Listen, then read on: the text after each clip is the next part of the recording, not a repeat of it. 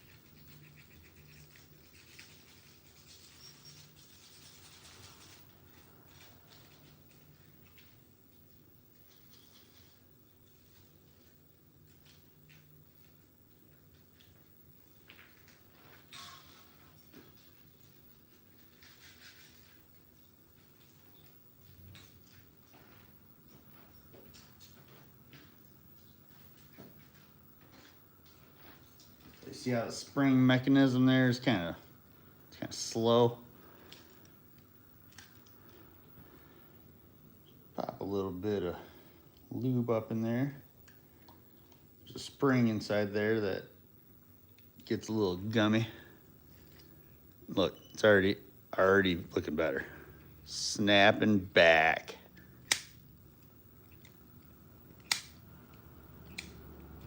Nice.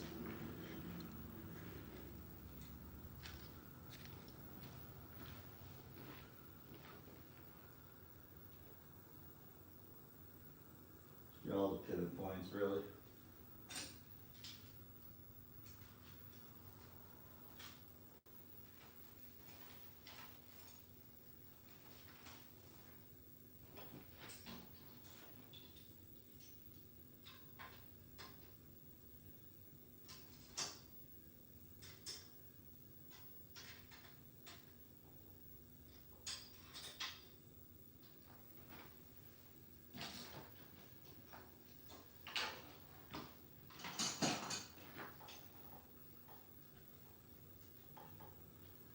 Yeah, those pulleys need some lubrication.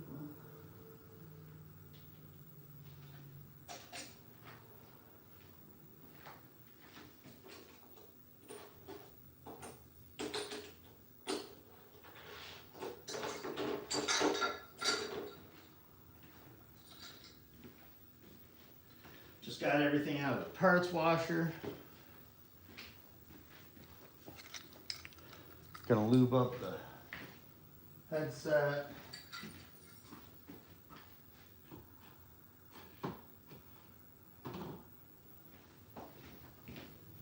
Get you some grease.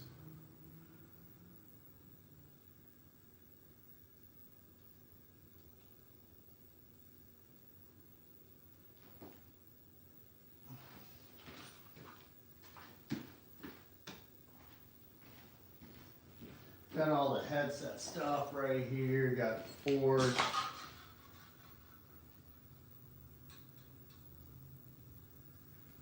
All super clean after going through the parts washer.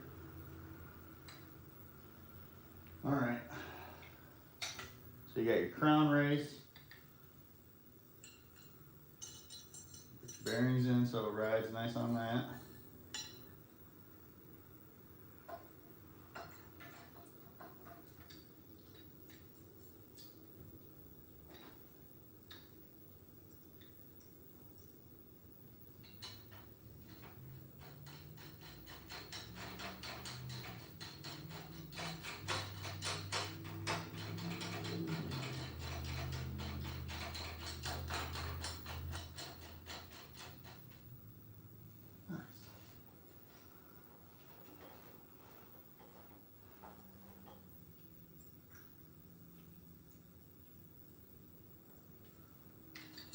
Spacer on.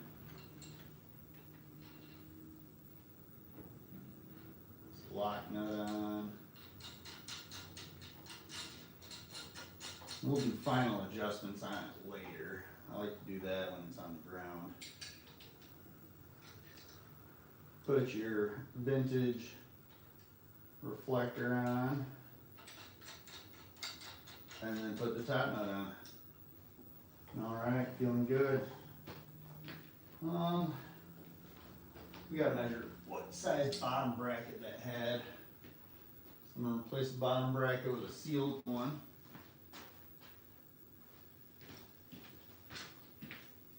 Oh, if I can ever find a tape measure anywhere.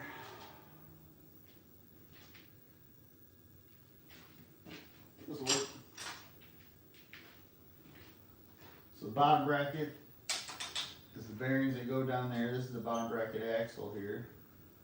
She is measuring in at 127 millimeters, which is pretty common for that time period.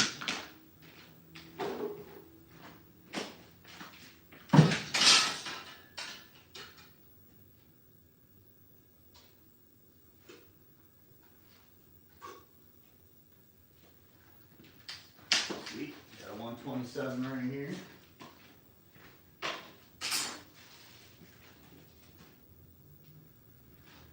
Throw some lube up on the threads. Always want to do that.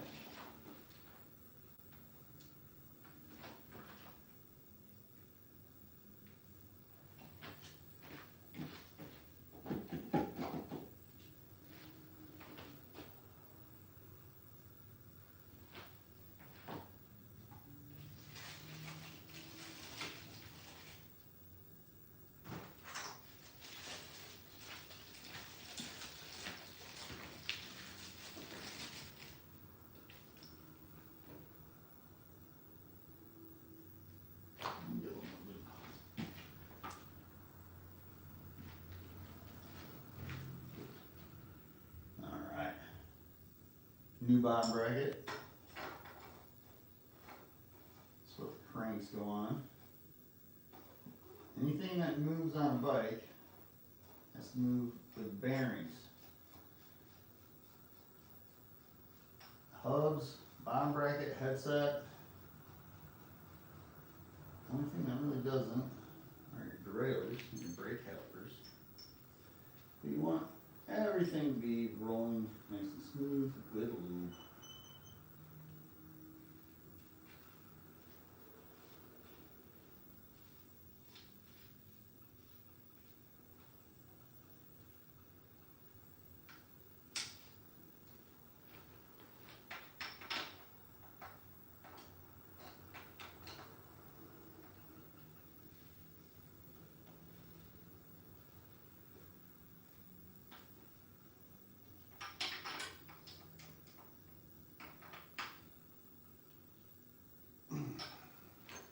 Make sure the drive side's snug.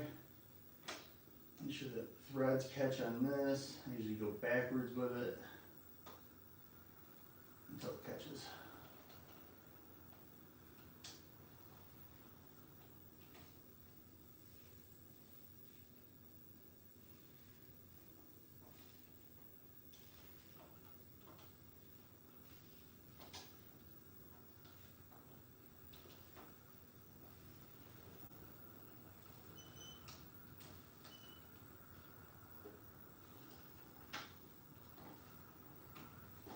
You don't want to over torque it. You just want to make sure it's nice and snug.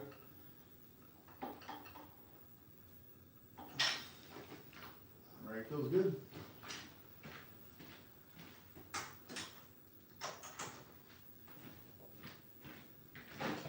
So because I'm working on several of the same model,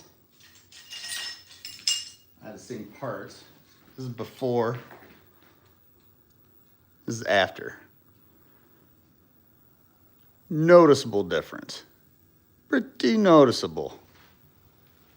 The parts washer does work. Oh yeah. Oh yeah.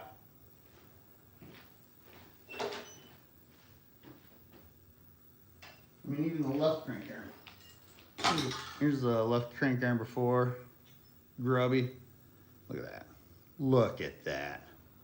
Can't beat it. It's going to look good.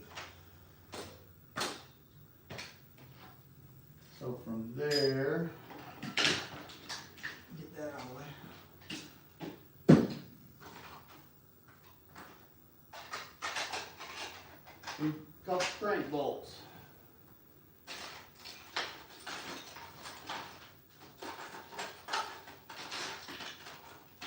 Which, of course, I don't have any sitting up there.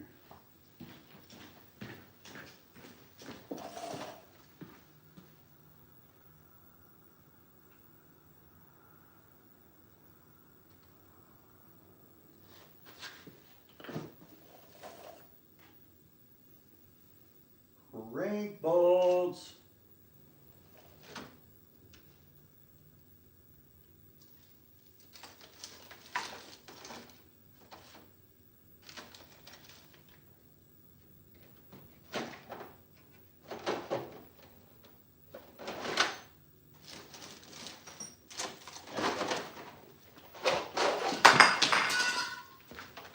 That's why you always have to have a bin of things.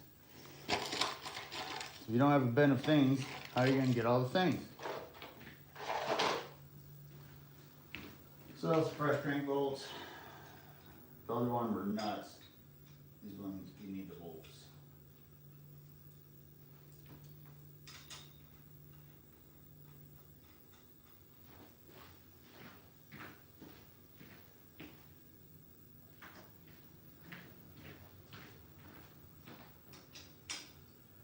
So I got 4 of these in total that are all the same model, different sizes, a couple step throughs.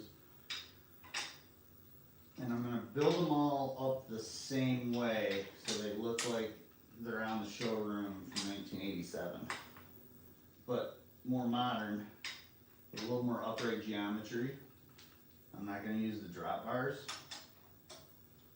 I got some really cool Nitto, like sweet bag bars with just a little bit of a degree bend back. I have to switch up the brake levers. Same calipers will work.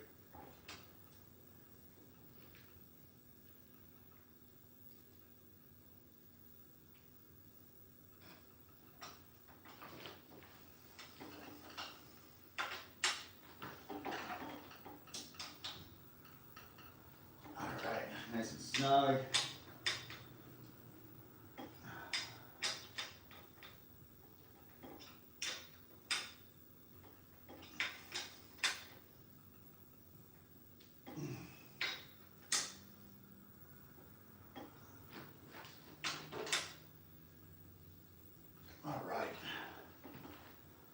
That's what I'm talking about. All right, so,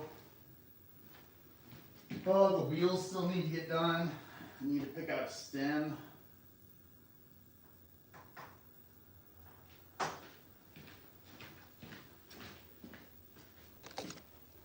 So I got to go pick something out for Maya. Let's see. Let's go shopping. I might go a black route on this. There's a lot of different routes I can go. I mean, we're going to have some chrome silver cranks and rims. We'll do one of these bad boys. 1 inch, adjustable. It's going to give them an upright feel.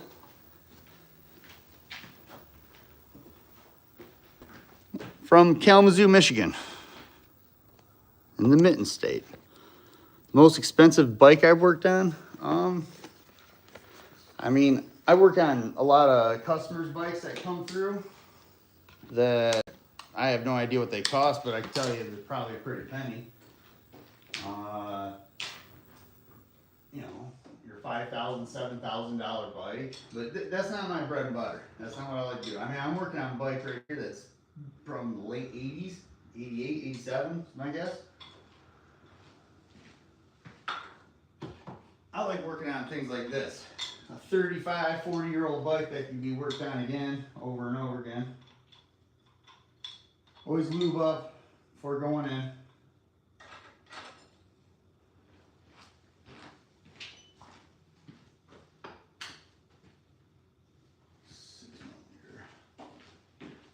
Need a 6mm and a pick.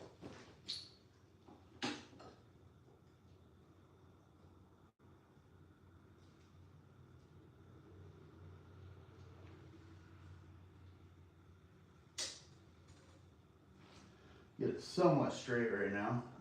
This is something I like to do once it's off the stand.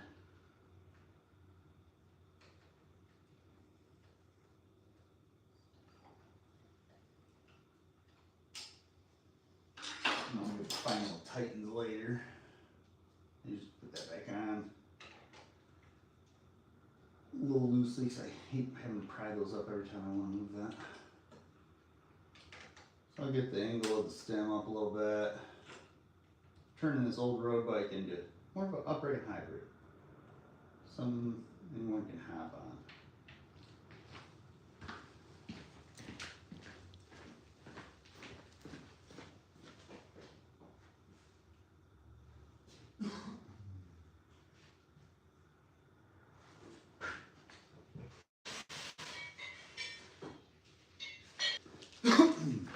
I have these awesome Nitto bars. These are growing on all of them.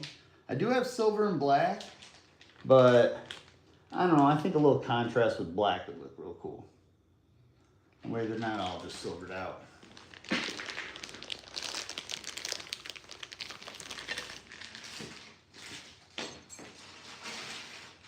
Oh yeah.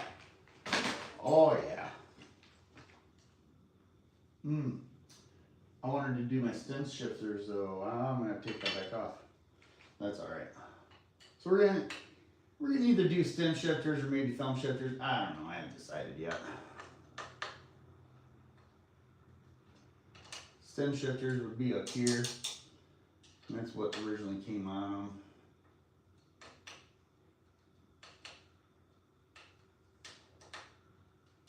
Turn it more upright. It's not a road bike anymore. I had 27 by 1 1/4 tires on it. We're gonna go 27 by 1 3/8. Just a little bit bigger. A little knobbier. We have a trail around here. It's called the Calhaven Trail, and it's crushed limestone. So people love a little wider of a tire. All those Nitto bars right there. Oh man, that looks good. That looks good. Oh yeah. Oh, that's gonna be awesome.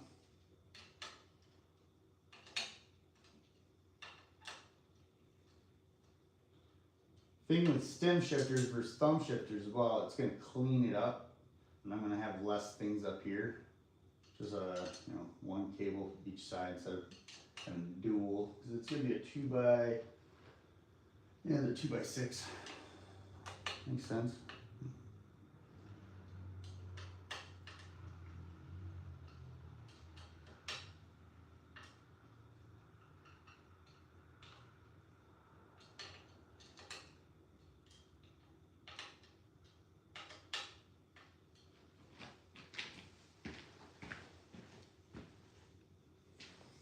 Those Nitto bars look sweet.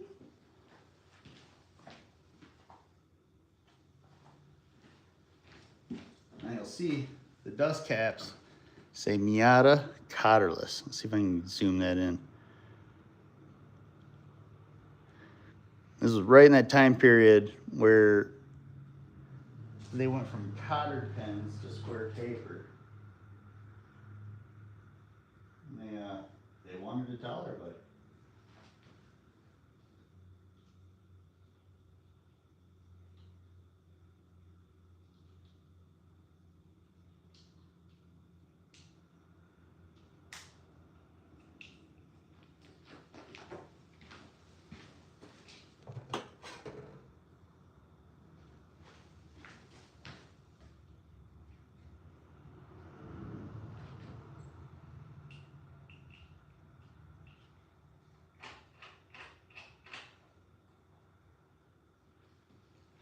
All right, looking good, looking good.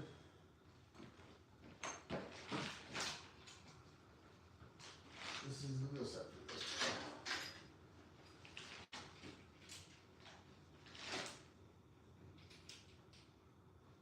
I probably won't do the bearings on these, just make them somewhat time efficient. They're dry, but they're not gritty. I mean, they roll. Maybe if I really get into them, maybe I'll do the hubs. I don't know. I should. I'm doing everything else. Roundabout builds.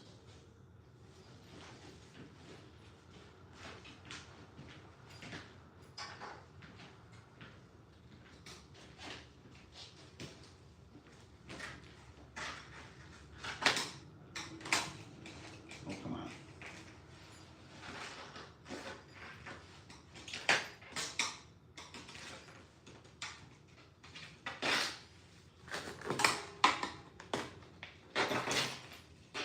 Oh yeah, nice and dry.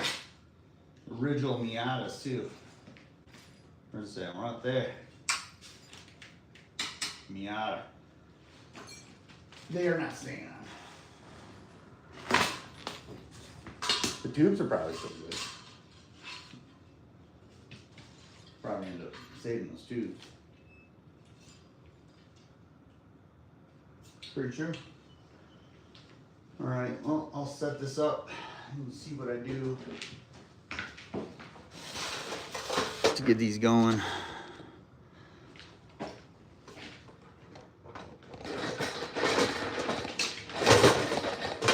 Bear with me.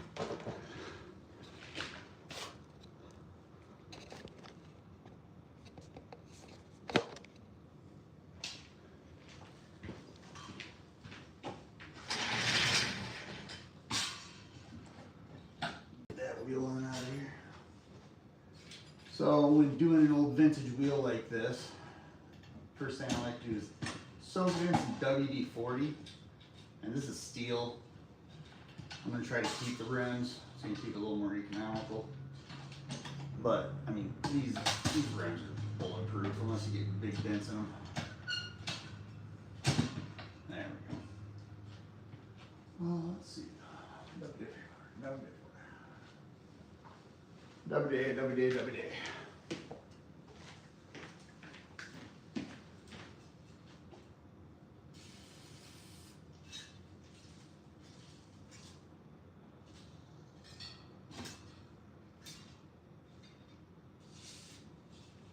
And get the rim itself.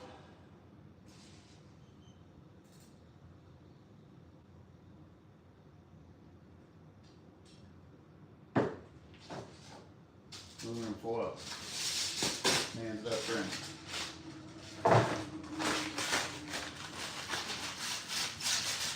Start with sidewalls. Get those sidewalls feeling nice and good.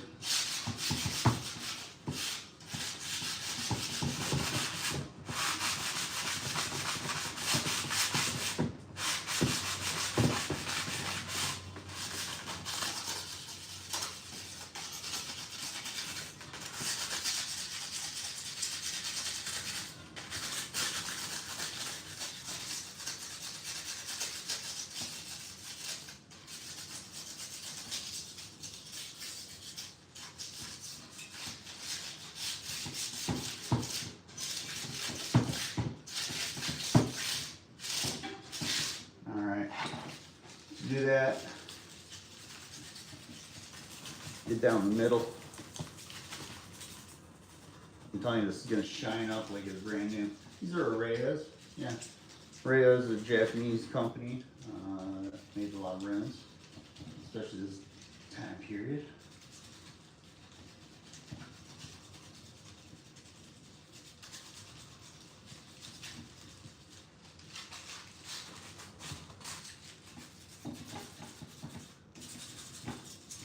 Literally takes 3 to 5 minutes if done right, and it's not that bad.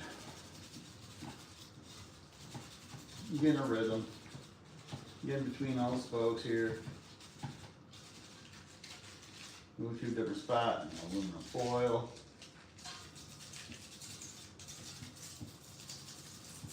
When it gets bunched up, it doesn't work as good as it does when it's fresh.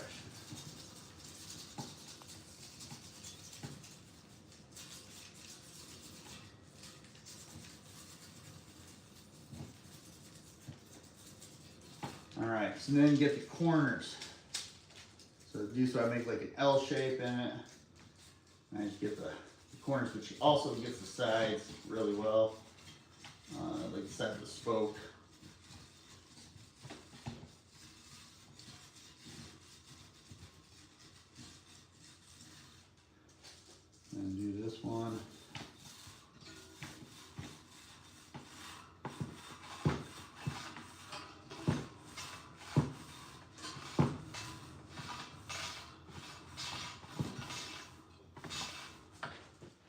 I like to get up into the gooches. And I get up on the axle here.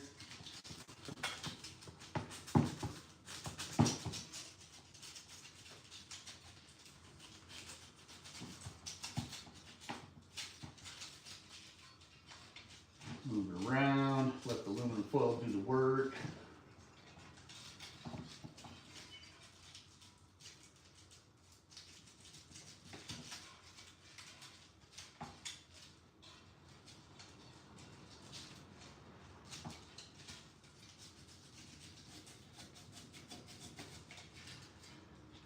I'll take a brush, you know, get up in there right by where the spokes come up to the hub.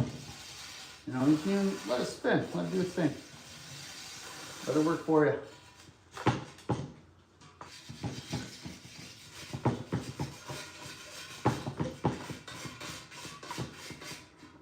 Get the brush up there if you miss some spots.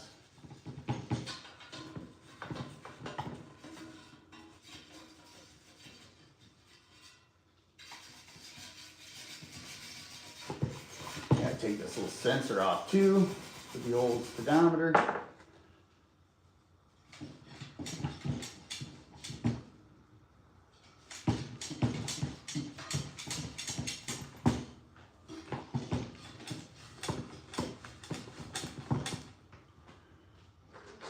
Come check this out.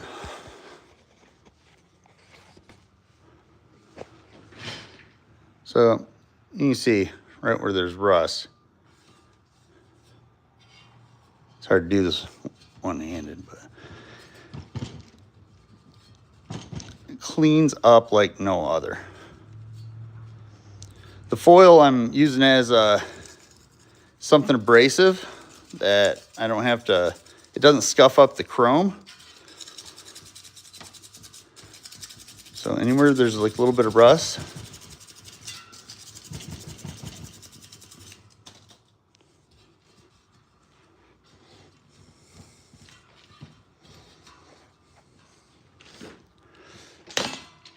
see if I can't prop you all up right here. So it's just easy clean up. I usually take like a little rubbing alcohol at the end and clean up the WD-40 off the sidewalls. Clean your rag.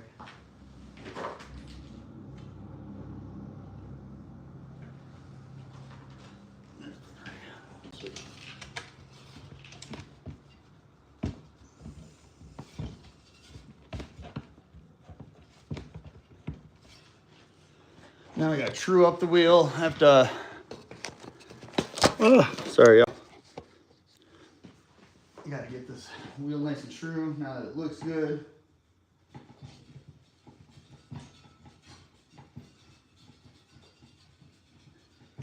For anyone that doesn't know what truing a wheel is, that's making a wheel nice and straight.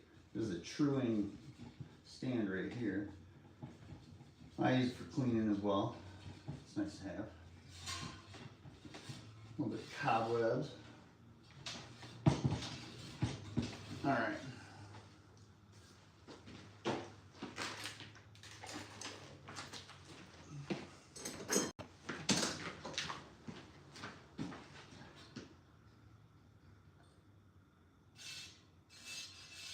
Hear that? So it's right here, touching on this side. Little micro adjustments. I mean, first of all, too, you want to come up, you want to see what spoke tension's like.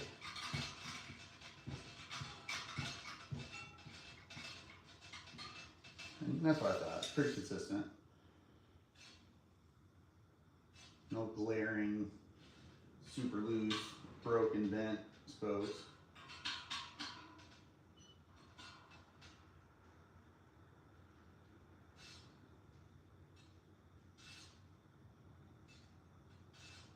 Right there. These really weren't that bad for being 40 years old.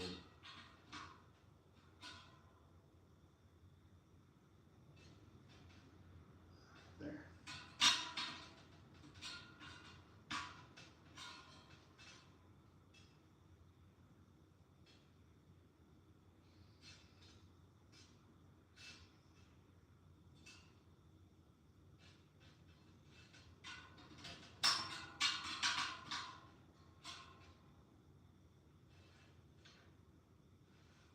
Right there. This thing's looking good.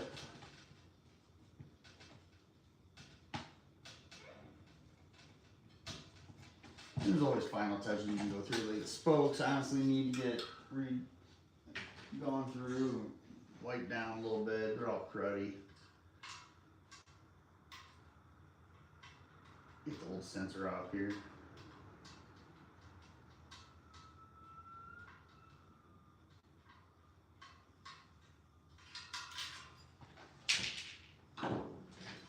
All right, that's done.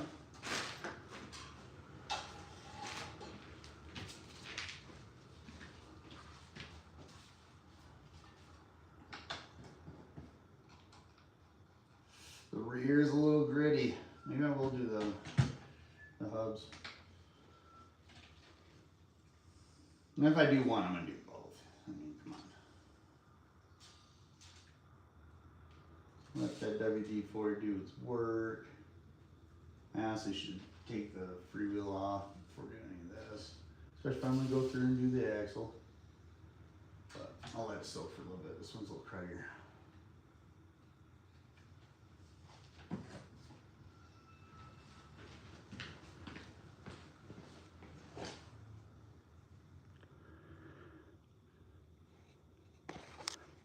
I mean, we got hardtails, man. We got hardtails. I got tons of frames to build up. Pop some shocks on those bad boys. No, it's all teach their own and what is around in your area. I can only get good used bikes that were sold around here throughout the years, unless I do some traveling. This is what we got so far. Little Miata. Turning out pretty good. So there's a little step through right there. That's next on the old chopping block. And we always have more to build. Always have more to build.